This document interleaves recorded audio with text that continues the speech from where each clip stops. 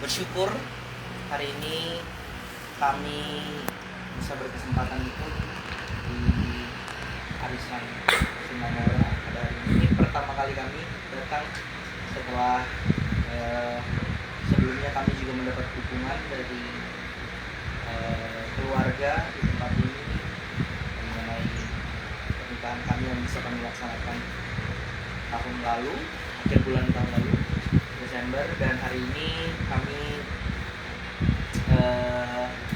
mungkin karena pertama kali tapi tetap anggota ya Simamora ya. Soalnya tadi udah ditagi-tagi, udah anggota ikut gitu. Kami tetap Simamora, betul, anggota Simamora. Dan ini saya perkenalkan nanti aja masuk. Saya dari Simanjuntak, dan puji Tuhan, Tuhan memberi kesempatan tahun ini kami memiliki seorang anak. Doakan keluarga kami ya, dan ini sukacita bersama tentunya. Gitu ya, amin ya. Amin. Ya, harusnya berdiri di sini Pak Ketua, karena Pak Ketua sekarang sering bolos ya.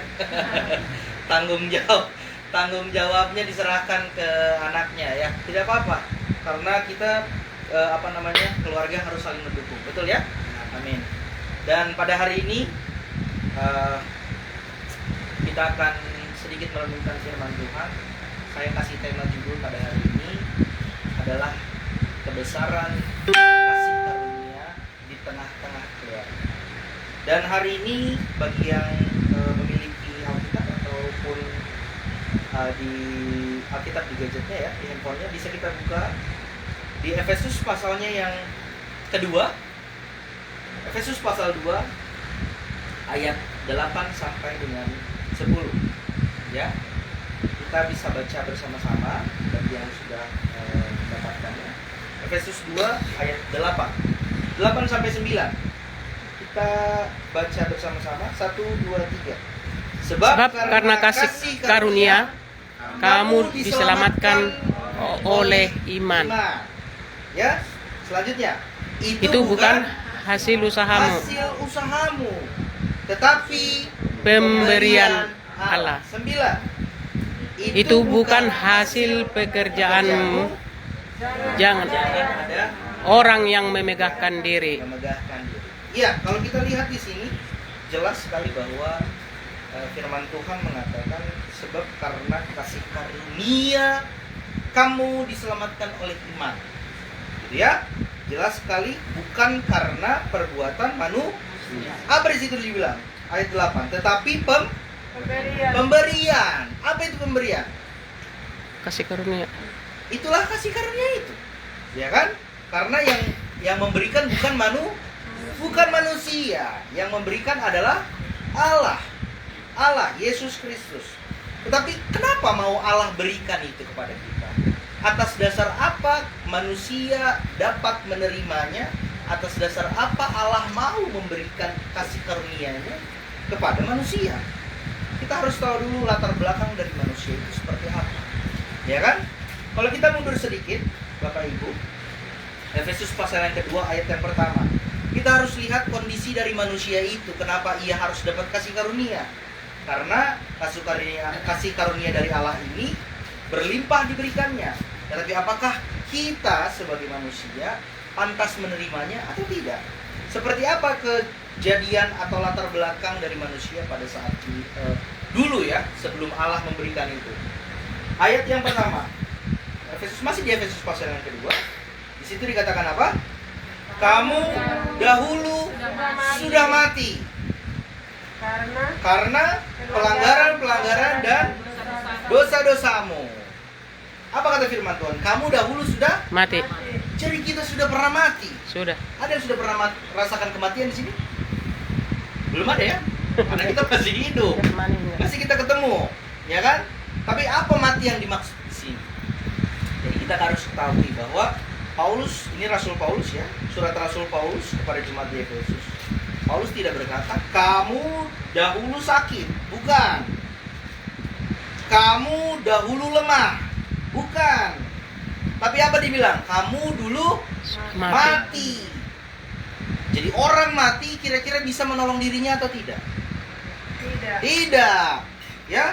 Kalau misalnya contoh ada orang luar ketemu ya, ada orang tertidur di kamar tidur atau di kamar tamu mungkin gitu ya, itu masih kita bangunkan, hei, bangun dulu, bangun, cuci piring dulu kan, kita bangunkan, masih bisa. Tetapi kalau orang mati, dia tidak bisa bangun sendiri, betul ya, Bapak Ibu ya, tidak bisa bangun sendiri dia. Dan begitulah keadaan kita manusia di hadapan Allah Dulu.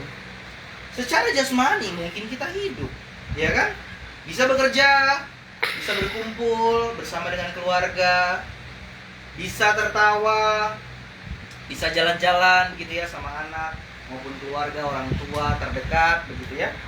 Tetapi secara rohani Paulus katakan apa? Sudah mati. Jadi kita pernah mengalami kematian itu dalam bentuk Kerohanian. kerohanian. Jadi dahulu kita tidak langsung mendapatkan kasih karunia itu. Jadi dulu kehidupan kita sebelum ada keselamatan yang Tuhan berikan kasih karunia itu dalam keadaan mati. Kita tidak bisa menolong hidup kita. Siapapun tidak bisa menolong diri kita, karena tidak ada yang bisa menolong orang dari kematian. Siapapun itu, orang terhebat dimanapun di dunia ini, tidak bisa yang melawan namanya kematian, ya. Tetapi Bapak Ibu, yang perlu kita ketahui bahwa orang mati, ya, pada dasarnya mereka tidak membutuhkan motivasi. Apa yang seharusnya dibutuhkan oleh orang mati? Kira-kira ada yang tahu?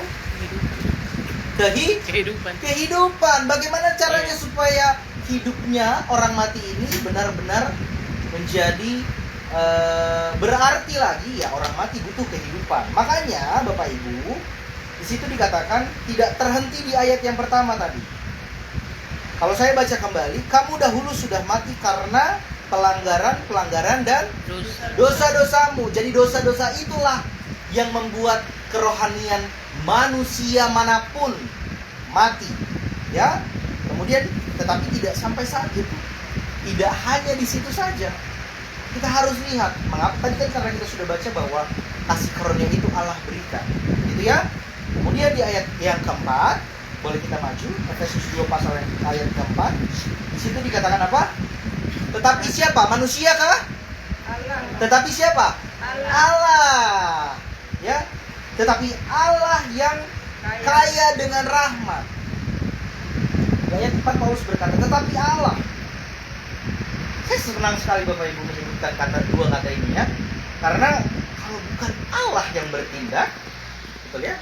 Kalau bukan Allah yang melakukan, tidak akan ada harapan. Gitu ya. Bukan kita yang mencari Allah, tetapi Allah yang menyediakan keselamatan itu melalui siapa? Yesus Kristus, melalui anaknya yang tunggal. Anak satu-satunya diberikan kepada kita untuk menghapus segala dosa kita. Karena itulah Kristus mati. Tetapi Kristus Tuhan kita tidak hanya mati. Setelah ia dikuburkan, ia bangkit pula pada hari yang ketiga.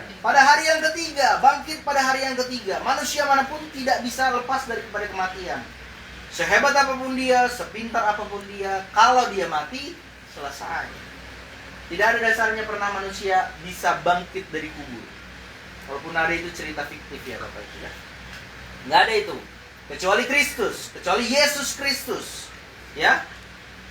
3 hari dia di alam kematian, tetapi setelah itu ia bangkit dan duduk di sebelah kanan Allah Bapa yang Maha Kuasa.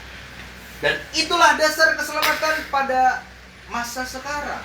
Untuk kita sekarang itu adalah Injil kabar baik, Injil keselamatan yang tentunya keluarga kita di sini harus benar-benar memiliki satu kesatuan hati, mempercayai Kristus mati, bangkit. Kristus mati untuk menghapus segala dosa, kemudian ia dikuburkan, tetapi juga ia bangkit pada hari yang ketiga untuk duduk dan naik ke surga untuk duduk di sebelah kanan Allah Bapa yang Maha Kuasa.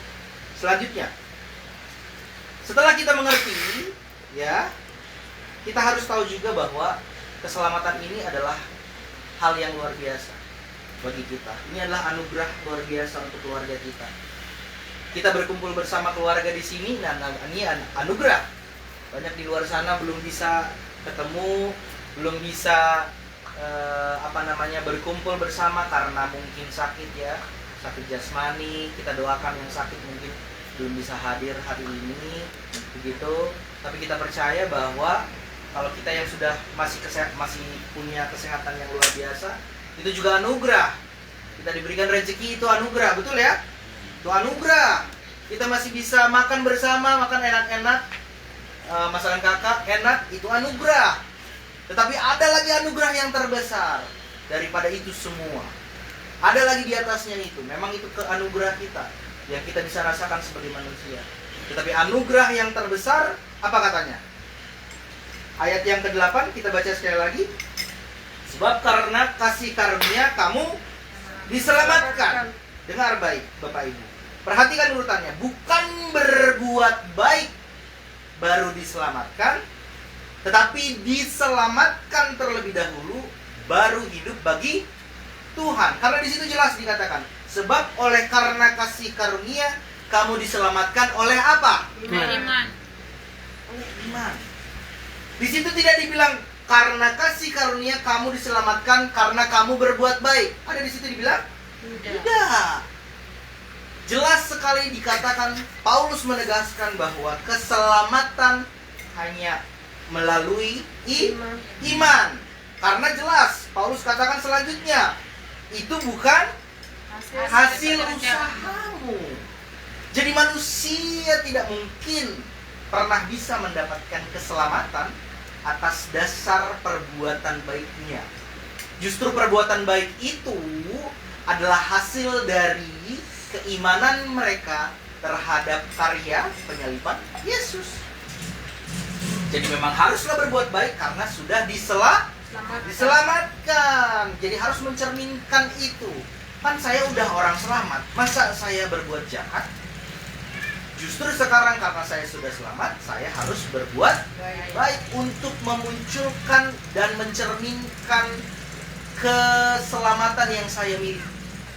Karena Tuhan berkehendak untuk setiap anak-anak Tuhan, tentunya pasti haruslah kita saling tolong-menolong menanggung beban masing-masing dan juga keluarga. Karena itulah makanya kita bisa bersama-sama di sini. Kemudian yang ke-9, itu bukan hasil Pekerjaan.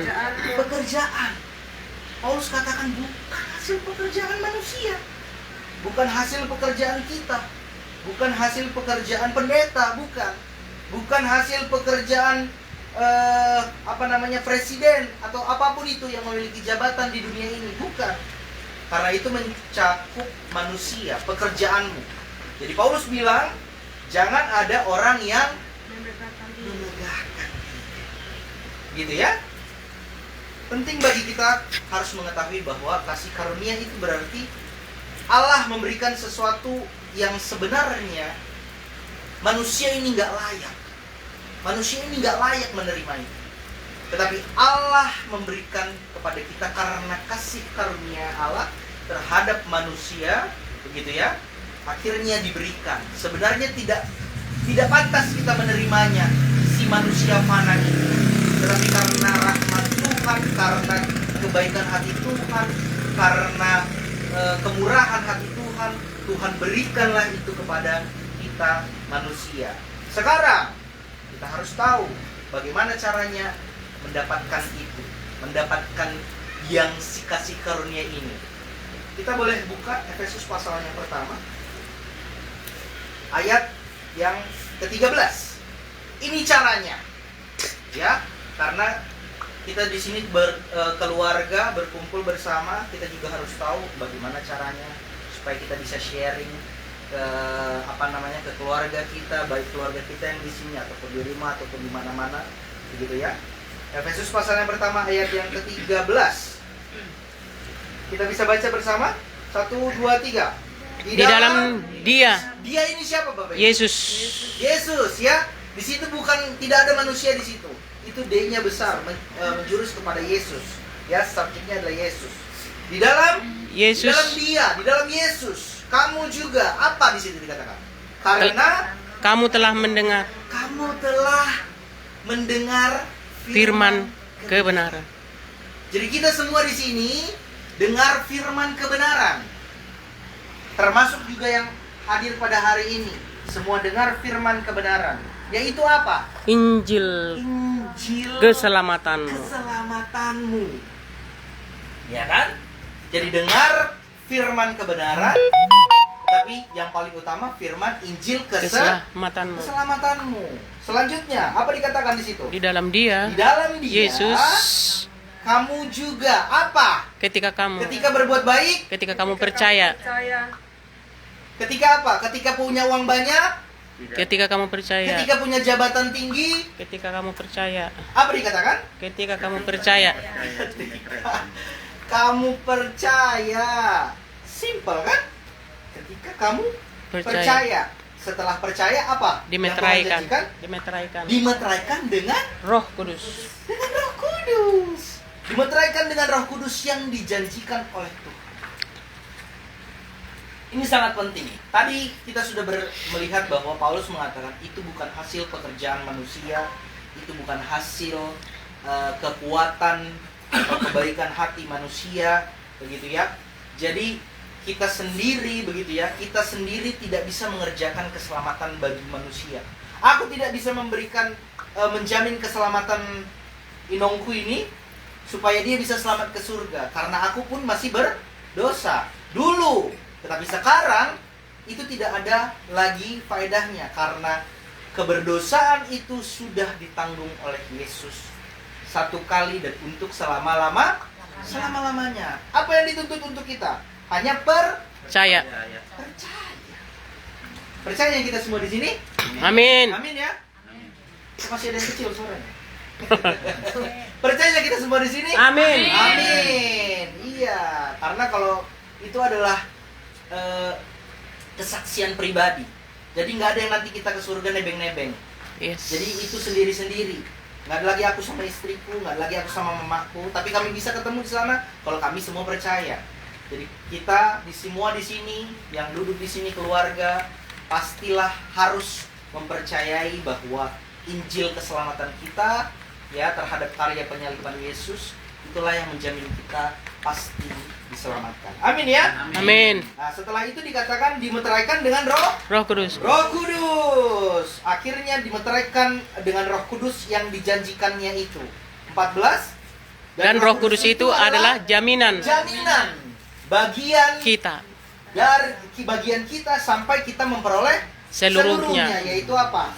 Penebusan yang menjadikan kita milik Allah untuk kemuliaannya. Jadi mendengar Injil pertama. Yes. Jangan dibalik, harus berbuat baik dulu. Enggak. Di sini Alkitab jelas mengatakan dengarlah Injil pertama kali. Injil apa? Injil firman kebenaran. Banyak Injil di luar sana Bapak Ibu. Harus kita tahu Injil keselamatan. Itulah yang pertama harus kita dengar. Kemudian setelah kita mendengar, step kedua apa? Percaya. Percaya. Betul, setelah percaya akhirnya dimeteraikan dengan Roh Kudus. Dimeteraikan dengan Roh Kudus. Jadi kalau zaman dulu apa meterai itu Bapak Ibu? Ada yang tahu meterai? Sah. Bukti sah. Mensahkan ya. Iya. Kalau ada kita misalnya Transaksi. Pembelian atau transaksi begitu ya. Bapak Ibu tolong ada Bikin meterai. meterainya, meterai 10.000, kemudian kita tanda tangan kena dengan meterainya, itu artinya sah. Betul ya? Nah, itulah sah, itulah yang tentunya menjadikan kita milik Allah. Jadi Allah lah yang mensahkan itu lewat pemberian Roh Kudus itu ke dalam Hati kita. ketika kita Percaya. Ketika kita percaya. Itulah yang luar biasa Bapak. Jadi saya percaya di sini, maksud saya meskipun anak muda ini yang berbicara di sini, mungkin saya paling muda di sini ya. Anak muda ini berbicara di sini, tapi saya percaya bahwa kita bisa mendapatkan dukungan kerohanian dari mana saja, betul ya? Aku bisa dapatkan dari abang, semua kakak di sini, ya kan? Atau mungkin juga dari Berkat atau dari Semi, itu semua bisa kita dapatkan. Karena kasih karunia ini tidak harus seorang pendeta yang memberitakan. Karena kalau kita sudah paham dan kita sudah menerima dan kita sudah percaya, itulah harusnya kita bagikan ke orang lain dan keluarga. Jadi siapa duluan yang mendapatkan, sebenarnya itu yang lebih beruntung. Tapi bukan berarti kita menjaga itu untuk diri kita sendiri. Karena kita tahu bahwa keselamatan itu tidak pengenlah kita sendirian aja yang mendapatkan keselamatan. Kita pengen juga keluarga tahu. Jadi itu banyaklah kita sampaikan ke keluarga. Ya, terakhir. Karena kita sudah diselamatkan, tentunya apa lagi? Sekarang kita udah tahu Yesus mati, kita sudah percaya, kita sudah dengar Injil, kita sudah percaya, kita sudah dimeteraikan dengan Roh Kudus. Apa lagi yang harus kita lakukan? Jadi boleh kita hidup sembarangan? Tidak. Boleh kita hidup sembarangan? Tidak. Tidak, karena Paulus belum selesai. Masih ada ayat yang ke-10. Di situ dikatakan apa? Efesus 2 ayat 10. Kita maju. Efesus 2 ayat 10. Inilah kunci dari semuanya. Kunci dari kita berkeluarga saat ini. Ayat yang ke-10. Kita baca bersama-sama. Karena kita ini buatan Allah, diciptakan dalam Kristus Yesus untuk melakukan pekerjaan baik yang dipersiapkan Allah sebelumnya. Apa? Ia mau supaya kita hidup di dalamnya. Supaya kita hidup di dalamnya. Ya? Ayat 10 berkata karena kita ini buatan Allah. Jadi bukan kitalah yang membentuk diri sendiri. Allah yang membentuk hidup kita. Karena perhatikan urutannya. Kalau tadi ayat 8 dibilang diselamatkan, kemudian ayat 9 dikatakan bukan karena pekerjaan. Ayat 10 baru melakukan pekerjaan baik. Iya, itu urutannya. Jadi jangan dibalik. Banyak orang membalik urutannya. Berbuat baik dulu supaya diselamatkan. Bukan. Alkitab bilang diselamatkan kamu dahulu, baru kamu menghasilkan hidup yang kekal. Hidup yang baik, hidup yang kekal. Ya? Jadi Bapak Ibu yang terkasih dalam Tuhan Yesus Kristus,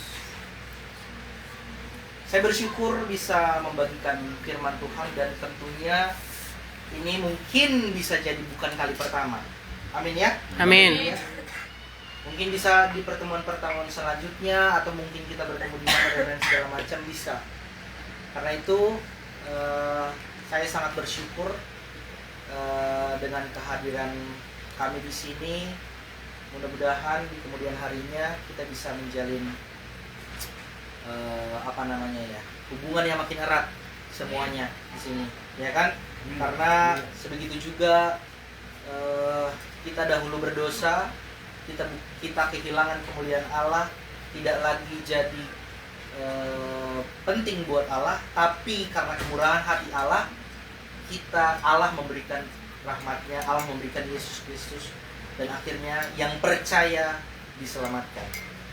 Jadi kita mati di dalam dosa, tidak mampu menyelamatkan diri pada dahulu kala. Tetapi selanjutnya Allah menyelamatkan kita hanya karena kasih karunia melalui iman. Kepada siapa? Kepada Kristus, bukan karena usaha. Sesudah kita percaya, sesudah kita mendengar Injil keselamatan, Allah memeteraikan kita dengan Roh Kudus, lalu memanggil kita menjalani hidup yang menghasilkan pekerjaan baik sebagai buah dari keselamatan, bukan sebagai syarat untuk mendapatkannya. Dan kalau hari ini kita sudah percaya, Bapak Ibu, Injil Kristus, pertama pasti tentunya bersyukur untuk apa yang kita miliki. Bersyukur karena keselamatan hidup ini adalah anugerah. Bersyukur karena Allah yang mengerjakan, bukan manusia yang mengerjakan, karena manusia tidak mungkin bisa menyelamatkan dirinya sendiri. Ya, hiduplah dengan penuh damai tentunya. Dan ini salah satu perkumpulan yang sedari dulu saya ikuti begitu ya, yang mungkin kalau kita banyak pengumuman di sana begitu, bukan maksudnya mau membandingkan, tetapi di dalam pengumuman kita tetap harus ada yang namanya ibadah, betul ya, Amang, Nina, semua yang di sini, karena ini semua adalah bagian kenapa kita bisa bertahan lama. Amin ya. Dan biarlah hidup kita ini menjadi kesaksian melalui kasih, kerendahan hati kita, kejujuran kita bersama, dan pelayanan kita kepada keluarga sesama. Amin ya? Amin. Mari kita bersatu. Terima kasih Tuhan Yesus untuk kebaikan hati-Mu kepada kami, tentunya untuk keluarga kami di sini.